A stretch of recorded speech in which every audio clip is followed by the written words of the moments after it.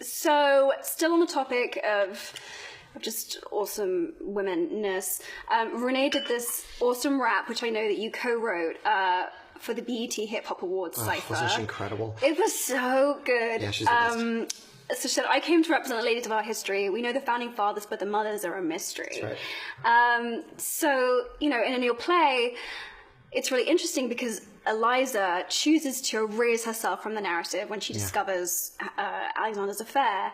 But a lot of women just have been erased from history, where often, you'll read quotes that's like anonymous. And normally that was a woman, or we've seen so many women have to write under pseudonyms, under male names. Even Jo Rowling, who wrote Harry Potter, insisted, or those great Cormoran Strike books, they're so good. I know, so good, but said she wanted to be JK because there's so many kind of like irritating things that hold women back when they become a female writer or a women writer or whatever that even means. So I'm really interested.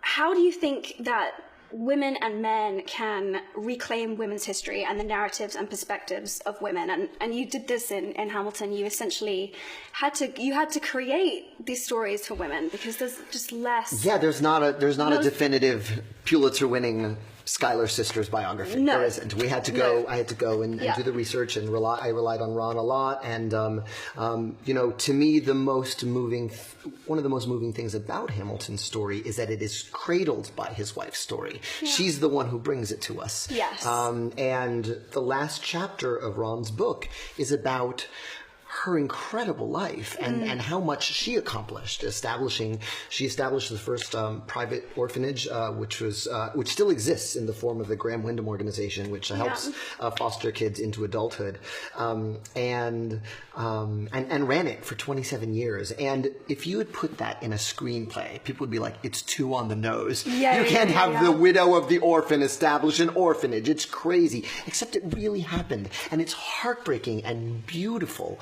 The other thing that's really tragic is she really, she had 7 kids besides Philip, who passed away. Wow. And she really tried to get one of them to write her husband's life story, and she passed away before it happened. One of her sons eventually did complete it, but I also feel for the kids. He left behind so much writing. It's like, how do you begin to make sense of it? But that was her thing, was please tell my husband's story. She was so selfless in that way that women are so often asked to be, and so often assume, as opposed to my story being told, as opposed to the woman's story being told. But I found her story incredibly moving. That's why we end with her. Yeah, which is great. And it's so true. I think there's this perception that women are inherently, biologically more selfless and giving, and we just do that because we're women and that's how we are, which is such a shame because A, we don't get the credit that we deserve as human beings for being so courageous and doing that. Absolutely. And B, it just it removes the decision. It removes the agency out of it. It takes the choice. Yeah, I feel really lucky. I grew up in a house with really strong women. My mom's a psychologist. She was a teacher. She was getting her master's when I was born, and then she's a psychologist. And she was, she had a private practice in our house. So it was like, mom's working, we have to sneak around the patients and go home.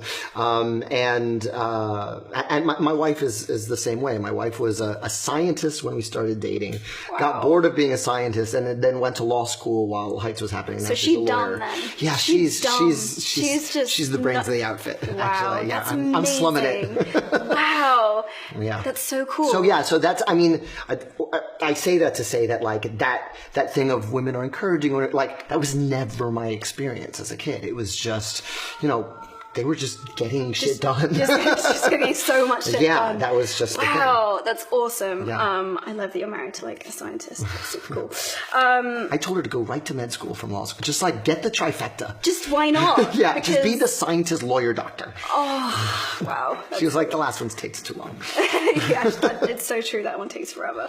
Okay, so speaking of awesome women, which storytellers, female storytellers, Yeah. really have inspired you? Oh, so many.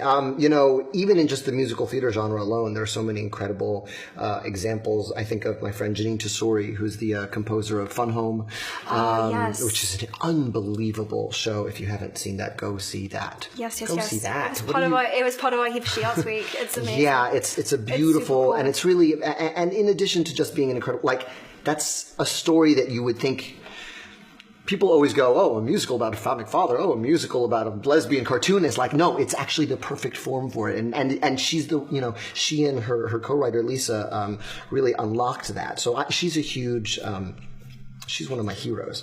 I think of Lizzie Swados, who passed away, who is the composer, who, by the way, was writing hip-hop in 1978 for Broadway. Wow. With a musical called Runaways, which she wrote all the music, lyrics, books, and directed. Wow. And so she's one of my big heroes in the theater scene.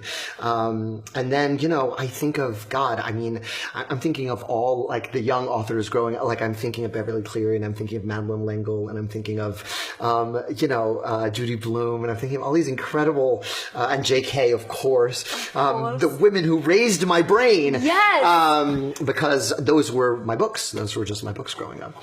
That's awesome. Speaking of books and, things that changed your brain, it's impossible for me to look over the fact that Hamilton focuses so much on the importance of education, teaching yourself, the power of education, the power of writing. Was there something that really drew you to Hamilton? Yeah, absolutely. It's very much a love letter to writers and being able to really change your life with writing. That's what Hamilton did. Yeah. One of the first letters we have is a letter to his friend Ned Stevens. He's 14 years old, and he's talking about how miserable he is. He's working for a trading company. He's basically running a trading company because the owners are on ships. They're sailing around, and he says. I may be said to be building castles in the air, but we have seen such schemes successful when the projector is constant. I shall conclude. For me, this was a huge problem watching your play. It's just that, words just, get me. It's like... Yeah, I mean, we have seen such schemes successful when the projector is constant. I mean, knock me out. And then he says... And hang on a minute, roll rewind. How old is he when he wrote 14 years old. No, this isn't fair. 14 years old. 14? Yeah, and then he So he's like a prodigy. Like a genius. Yeah. He's like a prodigy. And literally wrote his way out. And he concludes that letter by saying, I shall conclude by saying that I wish there was a war. Because he knew he didn't have money and he didn't have family. He knew the only way for him to rise in society was to gain military glory. Was for things to get mixed up. Yeah, things to get mixed up, and for him to be able to, but also like the valor, the sort of acclaim that comes with winning a military victory. He said, I'll either die virtuously on the battlefield, and I think he had a lot of teen martyrdom fantasies about that. Right. But if that doesn't happen, I'll have had a command and I can rise up. And the whole time he's working for Washington, he's like, I don't want to be your secretary. I want to be fighting.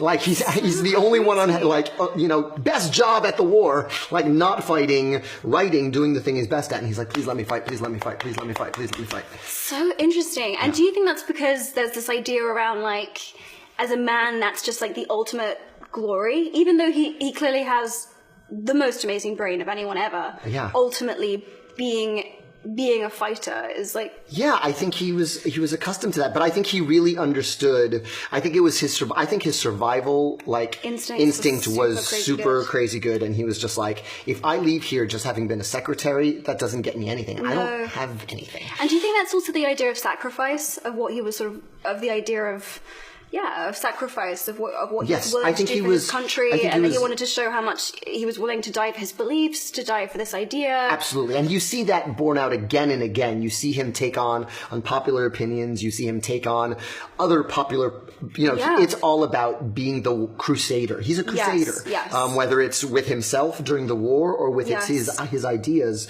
when he's defending the Constitution, whether he's fighting with Jefferson over what the government should do. Yeah. I'm right. Yeah. And one of the first letters he has a letter to John Laurens where he says, he's talking about, he says, I need you to find me a wife. And it's kind of a crazy letter. He goes, I need you to find me a wife. She should be pretty, but not too pretty. It's very like it's a very bro letter. Bro-y letter. Yeah. He goes, she needs to be pretty, not too pretty that I have to like worry about it. Basically, I'm paraphrasing. And then he says, and as to her political opinions, doesn't matter what they are, I will convince her to mine. This is Hamilton who says this? This is Hamilton who says I'm liking this. him less now. Yes, I'm sorry, but that's a real letter. Yeah, but that's also speaks to his arrogance. I was so seduced. You're seduced by schemes. Moments ago. Yeah. Your fave is problematic. So well, and now they're all problematic. I know, people are problematic. Yeah. That's the difficulty. It's true. So, okay, so basically because he was just so focused on his political aspirations, he kind of just needed a wife who he could just like... Well, he also said, I need her to have money because I don't have any. That was another thing he said in the letter. Oh my god.